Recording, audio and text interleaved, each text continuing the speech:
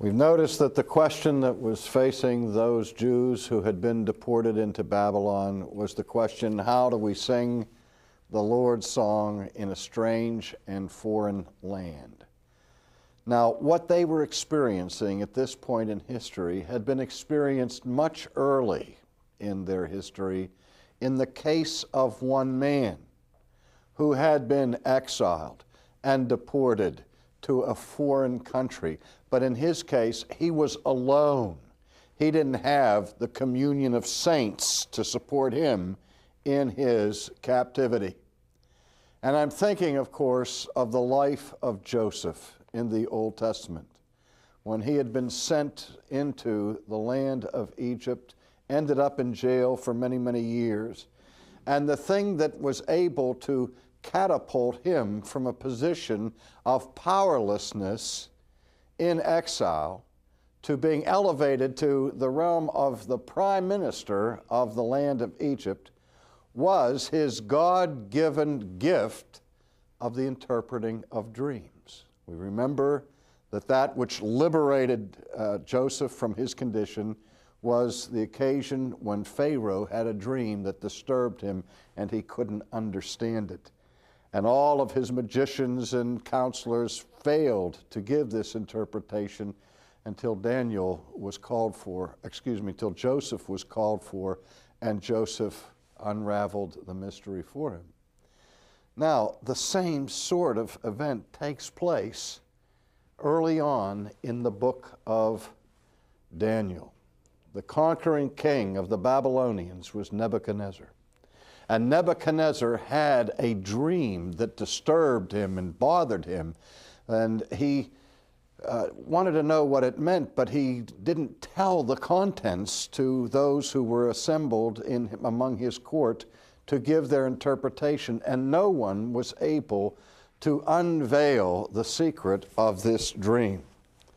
And we read in the book of the prophet Daniel, in the second chapter of the dream of Nebuchadnezzar and of Daniel's explanation of it. In verse 24 of chapter 2, we read this: Therefore Daniel went to Arioch, whom the king had appointed to destroy the wise men of Babylon. He went and said thus to him, Do not destroy the wise men of Babylon. Take me before the king, and I will tell the king the interpretation. And so Arioch quickly brought Daniel before the king and said, I have found a man of the captives of Judah who will make known to the king the interpretation. And so the king asked Daniel, whom he called Belteshazzar, Are you able to make known to me the dream which I have seen and its interpretation? And Daniel answered and said, The secret that the king has demanded, the wise men, the astrologers, the magicians, the soothsayers cannot declare to the king, but there is a God in heaven who reveals secrets. And he has made known to King Nebuchadnezzar what will be in the latter days. And then he proceeds to tell him the content of the dream. In verse 31, he said, You, O king, were watching, and behold, a great image. And this great image, whose splendor was excellent, stood before you, and its form was awesome. The image's head was of fine gold, its chest and arms of silver, its belly and thighs of bronze, its legs of iron, its feet partly of iron and partly of clay. Here's where we get the image of feet of clay. And you watched while a stone was cut out without hands, which struck the image on its feet of iron and clay and broke them in pieces. Then the iron, the clay, the bronze, the silver, and the gold were crushed together and became like chaff from the summer threshing floors, and so on. Now in verse 36, this is the dream. Now we will tell you the interpretation of it. You, O king, are a king of kings. For the God of heaven has given you a kingdom, power, strength, and glory. And wherever the children of men dwell, and the beasts of the field, and the birds of the heaven, he has given them into your hand, and has made you ruler over them. You are this head of gold. But after you shall rise another kingdom that is inferior to yours, and then another, and then a third kingdom of bronze, which shall rule over the earth. And then the fourth kingdom shall be strong as iron, inasmuch as iron breaks in pieces and shatters everything. And like iron that crushes, that kingdom will break in pieces and crush all the others. And he goes on to explain the forecoming of four distinctive kingdoms. Now, there's been much controversy and debate in identifying exactly the four kingdoms that are in view here. I favor the position that is held by many scholars that the four kingdoms, the first one is clear, it is the kingdom of Babylon. And second, the kingdom of Babylon is followed by what is called the Medo-Persian kingdom, as the Persians conquered the Babylonians. And the third kingdom that follows after the Persian kingdom in ancient civilization was the Greek conquest of the ancient world, which one then in turn was followed by the Roman Empire. Now, as I say, there are some variations of this theme that others have concocted, but for the most part, this seems to be what these four kingdoms represent. And so Babylon's king, Nebuchadnezzar, is given this dream by which it is revealed to him that his kingdom is going to fall. And it's going to be followed up by lesser kingdoms that will all be controlled by the providence of God to bring about his future purposes. Now, we know that soon after the interpretation of this dream, Daniel, like Joseph before him, was promoted to a position of authority in the kingdom, along with some of his friends, Shadrach, Meshach, and Abednego. And we're all familiar, I think, with that story, how that after that, Nebuchadnezzar made this magnificent golden image of himself and required that the people show their obeisance to him by bowing down before the king. And Shadrach, Meshach, and Abednego could not do that, because we remember that one of the main reasons why the judgment of this exile came upon the people was because the people had fallen into the practice of idolatry. They had given worship to other gods and to pagan images. And even though they're in exile and they're surrounded by a culture that does not share their faith, Shadrach, Meshach, and Abednego will not compromise. And if there's a message here for us today, it's in the devotion and the loyalty of these men to the living God. And so certain of the Babylonians came and made accusations against the Jews. They flattered Nebuchadnezzar. They said, "O king, live forever. O king, you have made a decree that everyone who hears the sound of the horn, flute, harp, lyre, and psaltery in symphony with all kinds of music shall fall down and worship the gold image. And whoever does not fall down shall be cast into the midst of a burning fiery furnace. But there are certain Jews among you whom you have set over the affairs of the province of Babylon, Shadrach, Meshach, and Abednego. These men, O king, have not paid due regard to you." And can you see what's going on here? Some of the Babylonians are fiercely jealous that these foreigners have been exalted to positions of esteem and authority in the kingdom.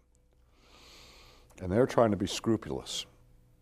But these envious people come and say, "Hey, king, you made a decree that anybody who refused to bow down to that golden image was to be cast into the burning fiery furnace.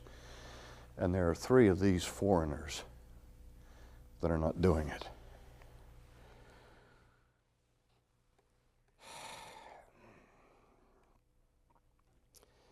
Then Nebuchadnezzar, in rage and fury, gave the command to bring Shadrach, Meshach, and Abednego. So they brought these men before the king. Nebuchadnezzar spoke, saying to them, "Is it true, Shadrach, Meshach, and Abednego, that you do not serve my gods or worship the golden image which I have set out? Now if you are ready at the time you hear the sound of the horn, the flute, the harp, and so on, and you fall down and worship the image which I have made, good. But if you do not worship, you shall be cast immediately into the midst of a burning fiery furnace. And who is the God who will deliver you from my hands?" I want you to remember that. In his anger and fury and rage, Nebuchadnezzar said, "I am going to put you in that furnace, and who is the God who could possibly deliver you from that?" Keep that stored in your mind for what happens a couple of chapters later to Nebuchadnezzar himself. Shadrach, Meshach, and Abednego answered and said to the king, "O Nebuchadnezzar, we have no need to answer you in this matter. If that is the case, our God whom we serve is able to deliver us from the burning fiery furnace, and he will deliver us from your hand, O king. But if not, let it be known to you, O king, that we do not serve your gods, nor will we worship the gold image which you have set up." This is one of the most heroic responses in all of redemptive history.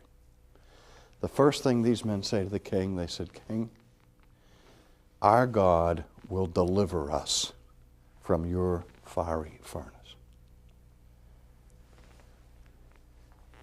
But if he doesn't, we're still not going to bow down to your image or violate the terms of our covenant with God. If God rescues us, fine. But we're not fair weather fans of God. We are prepared to lay down our lives to be faithful to him." Well, that didn't exactly please Nebuchadnezzar. For we read that then Nebuchadnezzar was full of fury, and the expression of his face changed toward Shadrach, Meshach, and Abednego. He spoke and commanded that they heat the furnace 7 times more than it was usually heated. And he commanded certain mighty men of valor who were in his army to bind Shadrach, Meshach, and Abednego and cast them into the burning fire. And then these men were bound in their coats, their trousers, their turbans, and their other garments, and were cast into the midst of the burning fiery furnace. And therefore, because the king's command was urgent and the furnace exceedingly hot, the flame of the fire killed those men who took up Shadrach, Meshach, and Abednego. And these 3 fell down, bound into the midst of the burning fiery furnace. So they heated the oven so hot that the heat that emanated from it killed the guards that had tied and bound Shadrach, Meshach, and Abednego and thrown them into this devouring flame. Verse 24. And then King Nebuchadnezzar was astonished, and he rose in haste and spoke, saying to his counselor, "Did we not cast 3 men bound into the midst of the fire?" And they answered and said to the king, "True, O king." "Look," he answered, "I see 4 men loose, walking in the midst of the fire, and they are not hurt. And the form of the 4th is like unto the Son of God." I have to think that this is an Old Testament Christophany. This is a pre-incarnation appearance of the second person of the Trinity, who came not to the cross, but to the furnace, who stood in the crucible with his faithful people and rescued them from the wrath of this king.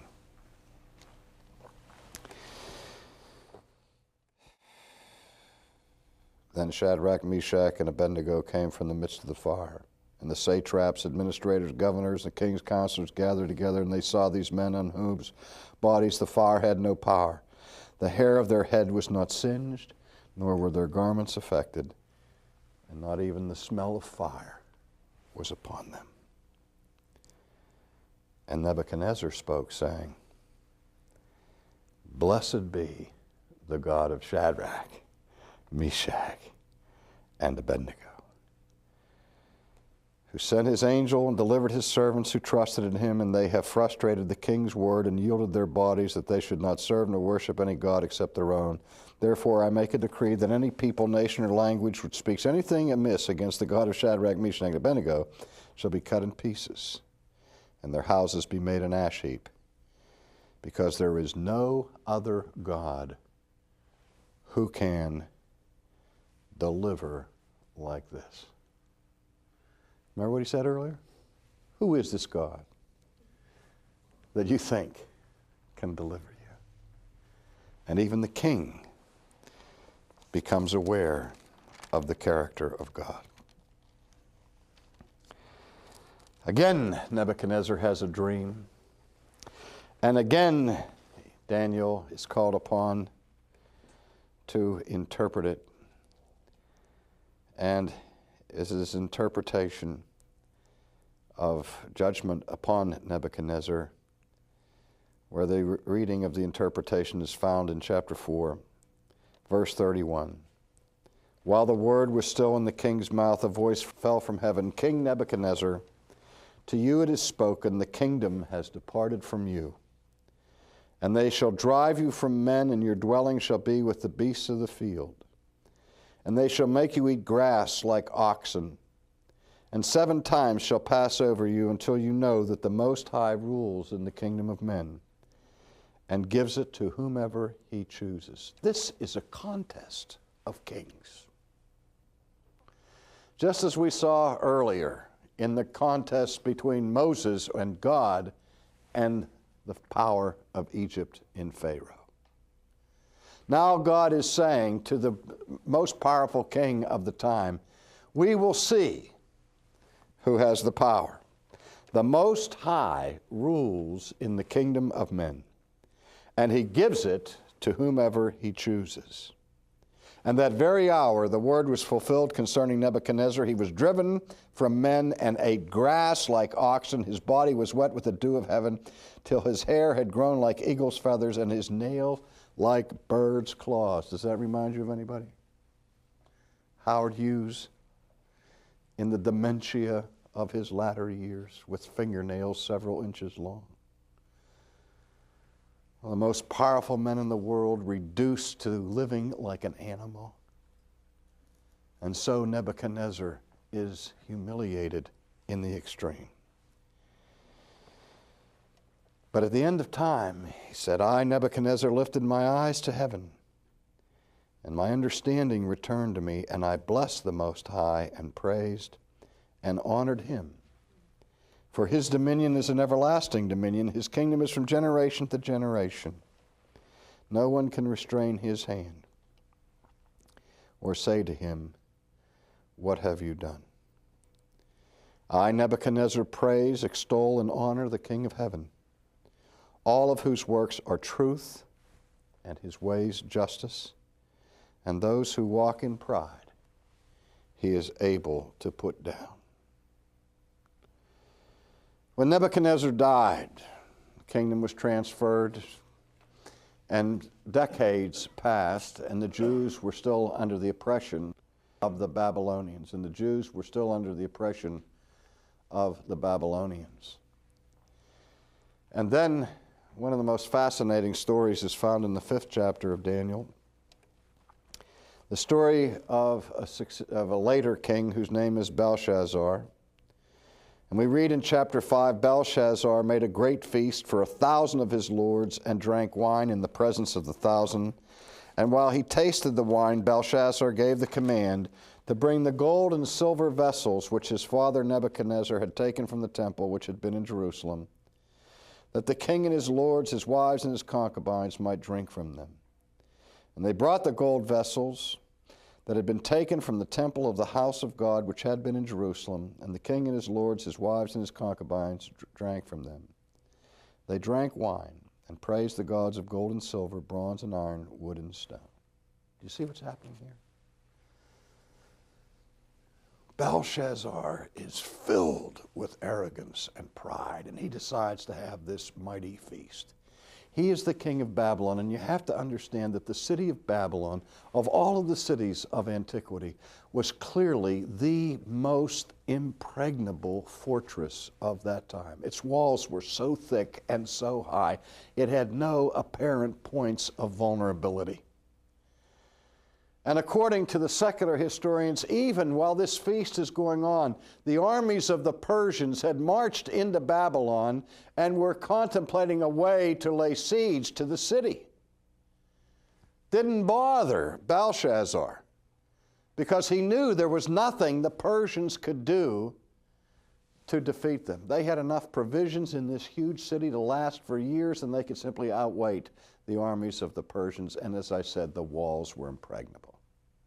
So he decided to have a feast, and he has all his dukes and duchesses and lords and princes and gets thousands get together for this feast.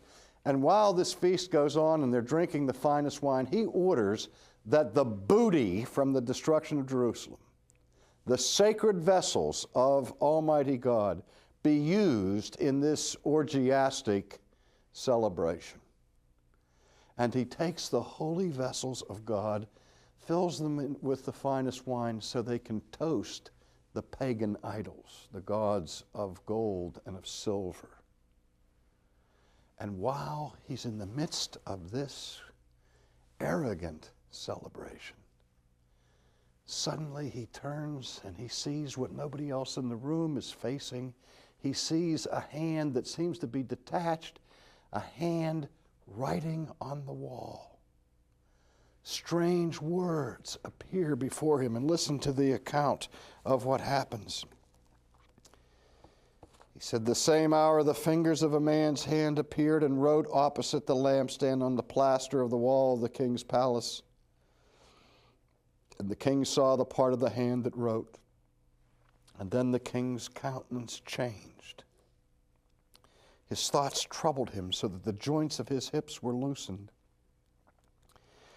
and his knees knocked against each other."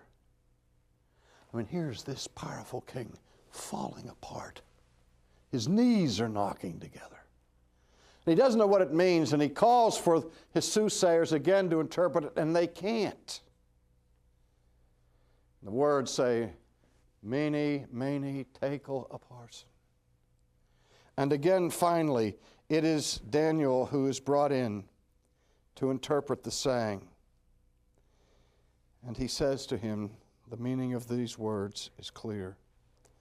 God has numbered your kingdom and finished it. You have been weighed in the balances and found wanting, and your kingdom has been divided and given to the Medes and to the Persians. And we read at the end of the chapter, "And on that night, Belshazzar, king of the Chaldeans, was slain." We don't know how it happened.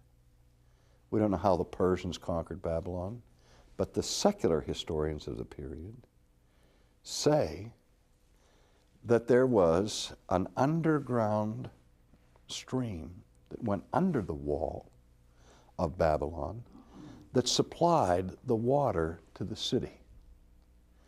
And the Persian commander understood that and dammed up the river upstream, so that as soon as the water stopped flowing, this big, huge viaduct under the wall became passable. And while the feast was going on that night, the Persian army walked unimpeded under the walls of Babylon and surprised the king and his nobles while they're in a drunken stupor and conquered them.